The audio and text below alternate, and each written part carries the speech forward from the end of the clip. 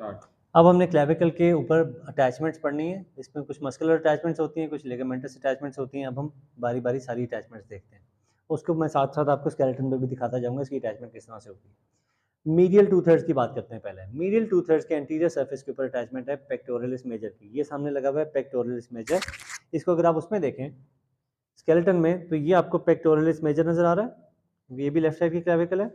ये pack major, और pack major की जो बाकी अटैचमेंट होती है वो आपको नजर आती है स्टर्नम के ऊपर और फर्स्ट 6 कॉस्टल कार्टिलेजेस के ऊपर।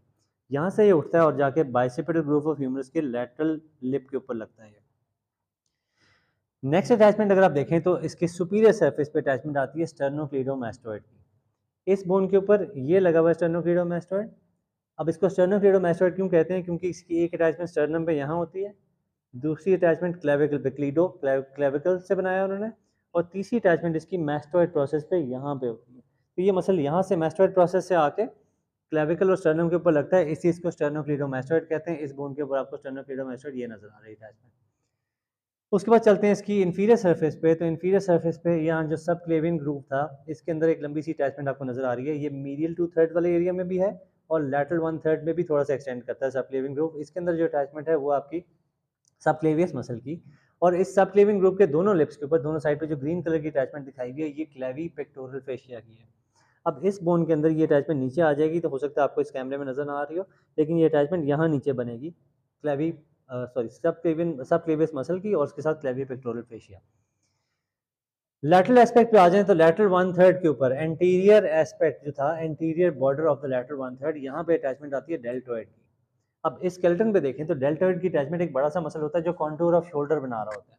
तो यहाँ पे एंटीरियर वन थर्ड, जो आपकी anterior border of the lateral one third पे यहाँ से शुरू होती है।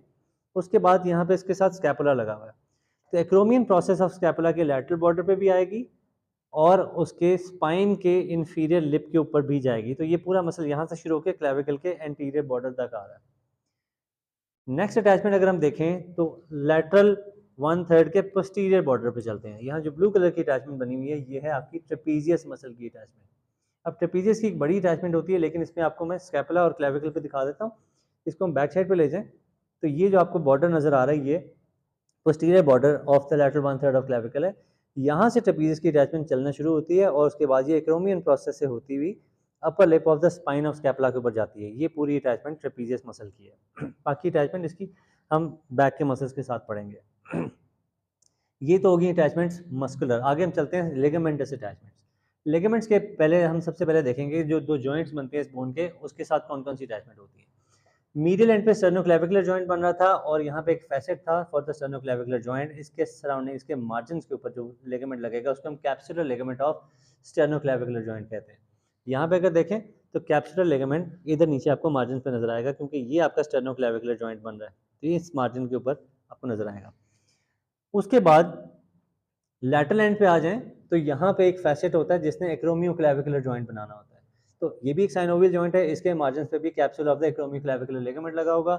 इस साइड पे देख लें तो यहाँ मैंने ग्रीन कलर का मार्क करके दिखाया हुआ है, ये capsule of the acromioclavicular joint है जो एक्रोमियन प्रोसेस ऑफ स्कैपुला और क्लेविकल के बीच में बन रहा होता है। उसके बाद आगे चलें तो इसका एक अटैचमेंट आती है जिसको हम कहते हैं इंटरक्लेविकुलर लिगामेंट। इंटरक्लेविकल का मतलब है कि दो क्लेविकल्स के बीच में लगा होगा। अब ये दो एंड्स हैं क्लेविकल्स के, इन दोनों को इसने ज्वाइन करना है। रास्ते में स्टर्नम आती है तो स्टर्नम के मेनुब्रियम के ऊपर भी ये थोड़ा सा लग जाता है।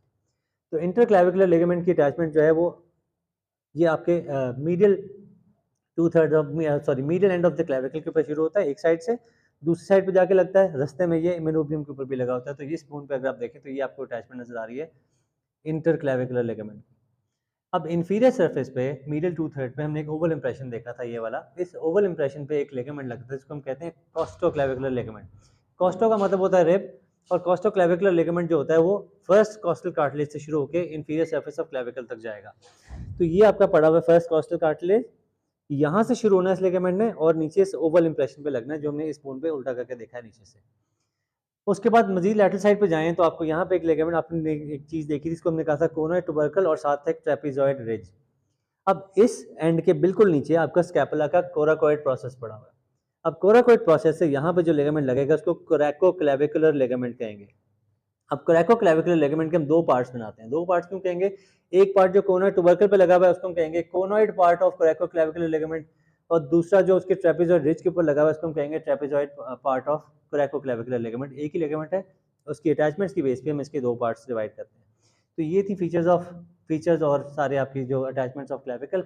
नेक्स्ट वीडियो में हम अगली बोन लेके आएंगे इंशाल्लाह।